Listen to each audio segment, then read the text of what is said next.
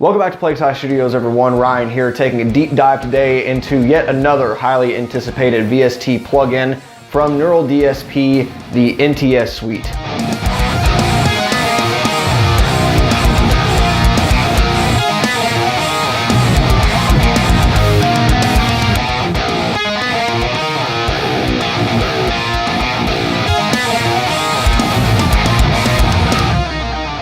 The NTS suite follows the critically acclaimed Nameless, which I also personally loved, still used to this day, one of the most impressive, if not the most impressive, amp plugins that I've ever personally played through. And this model is a bit of an older Mike Fortin design. This is the NATAS, and yes, just like Friedrich Thorndahl so eloquently put it, that is indeed Satan backwards.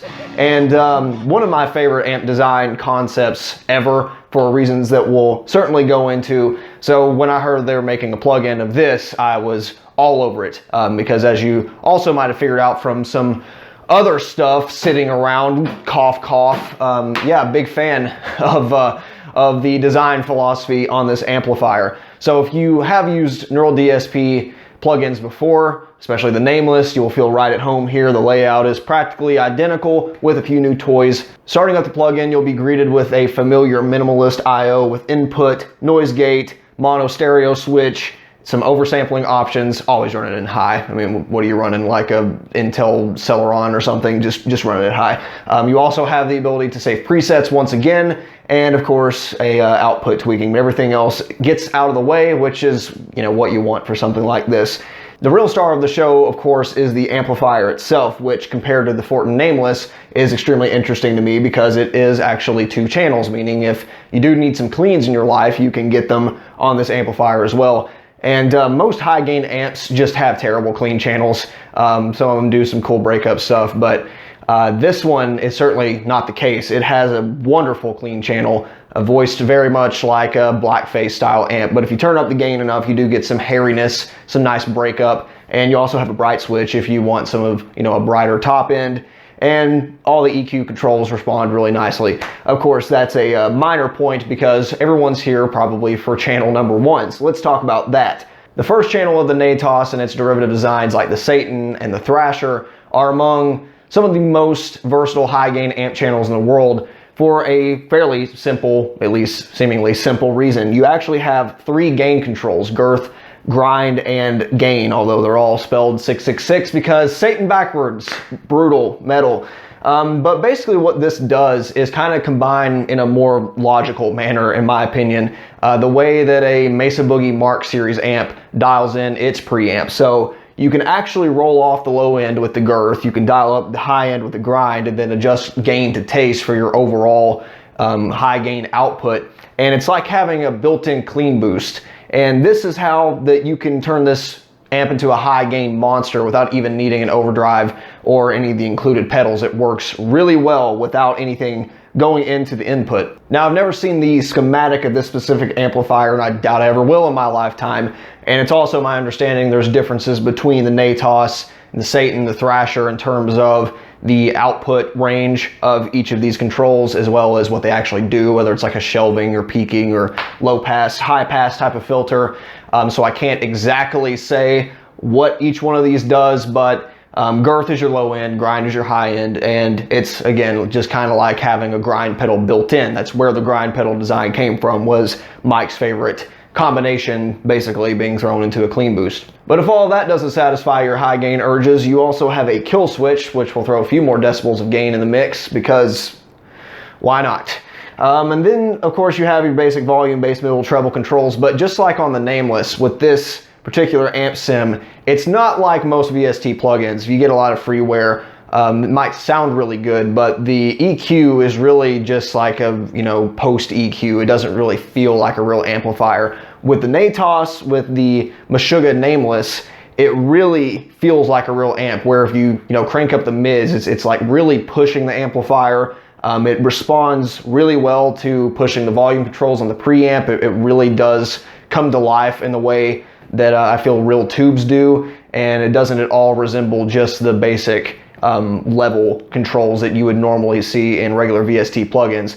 So for me, the quality of amp simulation is second to none in terms of other VST plugins, once again, with the NTS. And then with this particular plugin, you actually do have some power amp controls with depth presence and a master volume. Moving on to the pedal section, we are again greeted by a familiar face, but starting over on the left, we have the inclusion of my favorite noise gate ever made, the Fortin Zool. Now this one, I'm not sure if it's actually set up the way that I prefer to run it. You can use a noise gate a million ways, and the Zool 3 primary ways, one of which is just in front of the amplifier, which I don't think they have it set up that way. If they do, it doesn't make a whole lot of sense to me because you have a gate control already. So I'm hoping that it's set at least in the loop or after the amp. I don't know that for sure, but I can tell you with almost certainty it's not set up in my favorite way, which is if you run it in the loop and then you send a split clean signal into the key indicator. And basically what that does is tell it to turn off or turn on based on what your clean guitar is playing. So it doesn't matter at all how much overdrive or how high gain your amplifier is. It will shut off as soon as you're done playing based on the threshold. And I don't think it's set up that way. I would love for it to be. I think it's set in the loop, just with no key processing being done. I wish it was, and if it is, do let me know, Neural. I would love to have some clarification on exactly how this is set up, but it certainly doesn't respond the same as my Zool does in that threshold range when I have it set up that way. So if that is the case, I would love to see it set up in the way that I normally run it, or at least have the option to move it about the signal chain. But as a gate, between the Zool and the built-in gate up top, you don't have to worry about noise. It does a very good job with that. The second pedal is a bit of a dark horse. So this is what I assume to be an unreleased design of Mike's take on a tube screamer. I don't know if it's asymmetrical clipping. I don't know what kind of diodes it uses. Don't know jack shit about it. What I do know is it sounds really good. It is way more transparent, I find, than a lot of tube screamer clones or especially plugins of tube screamers. You can crank the drive and still get a very transparent sound while adding just a touch of dirt. And in that way, it plays really nicely with the high gain channel, even though it doesn't really need a boost, in my opinion. So highly usable pedal, glad they threw it in here. And last but not least, we see the return of the ever so celebrated Fortin Grind, which again is kind of that girth grind control built in. So if you really want to hammer the high mids and cut your low end, you can run them simultaneously. The cabinet section, as far as I can tell, was taken directly from the Fortin Nameless plugin. Correct me if I'm wrong on that, but I've kind of done some AP testing and they sound basically identical to my ears. And if that is indeed the case, then it is now confirmed that the Nameless plugin, and I'm assuming this one also uses a vintage 30 70 watt rated speaker, kind of more of a classic version, not so much the contemporary ones. And of course you got some really nice selections of microphones. You got the same position and distance controls as last time. But I think this amp really comes to life with a few third-party plugins, so it's nice that they included the option to load a third-party IR as well. And as a small bonus for you, something I didn't discover for like a week after owning the Nameless, you can actually tweak the amp controls from this screen, which is super useful because I tend to need to do that when I'm moving microphones around. So definitely take advantage of that if your screen is large enough to see it. And more or less, that is the full tour of the Fortin NTS.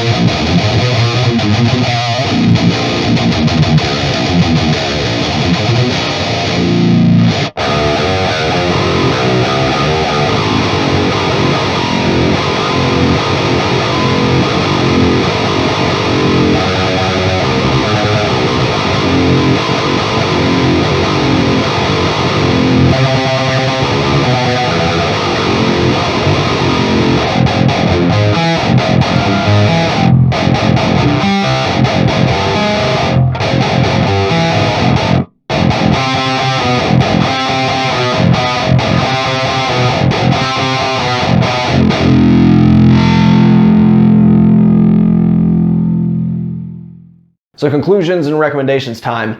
I'm once again extremely impressed with NueralDSP's ability to capture the feel, the sound, the responsiveness of an actual tube amplifier into plug-in form. And this is certainly the most convenient, absolutely the cheapest way that you're going to get the Mike Fortin sound. You know, this is a $100 plug-in. The amplifier alone is in the $5,000 region if he still sold them. I've personally never seen one for sale in like the past, what, 3 or 4 years, and never seen one used. So I don't know who has the few NATASs that are out there in the world. So it's damn good that they capture the magic in digital form for everyone to enjoy. I really like the inclusion of some of these pedals. I think it does make that much more versatile. And the clean channel is definitely a boon for a lot of people out there who just want a, you know, one amp that does it all. That is a downfall of the Nameless. It doesn't have a dedicated clean channel. You can get cleans out of it, but not quite as easily and not quite as convincingly, in my opinion. Well, that said, I kind of think it's almost unfortunate that this amp came out after the Nameless, and it would have been a damned if you do, damned if you don't situation. But in my opinion, a lot of people that bought the Nameless, this is actually the amp you want. This is the tweaker's dream, and maybe you're not into that, and we'll talk about that in a moment. But you know, this goes anywhere from spanky Fender clean to low gain Marshall territory to supercharged JCM 800 to 5150 to the signature Marshall Kerrang with all the, you know, low, high gain and pedal combinations you can come up with. So super versatile, and just has more value, in my opinion, for being able to cover that large tonal spectrum. And as you can hear, you can actually dial in this thing damn close to the Fortin Nameless. So if you're going for that thunderous bottom end and you know, just punchy high mids, you can get it out of this amp in certain configurations. What I will say is that this is harder to dial in than the Fortin Nameless. I kind of expected that, having some experience with this sort of design.